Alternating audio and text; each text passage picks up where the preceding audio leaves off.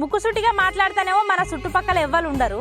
అదే ఉన్నాయి లేని ఎక్కించుకుంటా మాట్లాడినాం అనుకోర్రి మన చుట్టూ ఒక పెద్ద గుంపే ఉంటది. ఇక ఎంతైనా ఈ అబద్ధానికున్న విలువ నిజానికి లేదు. పైన పసిడి పూతలు లోపలేమో కుళ్ళు పోతు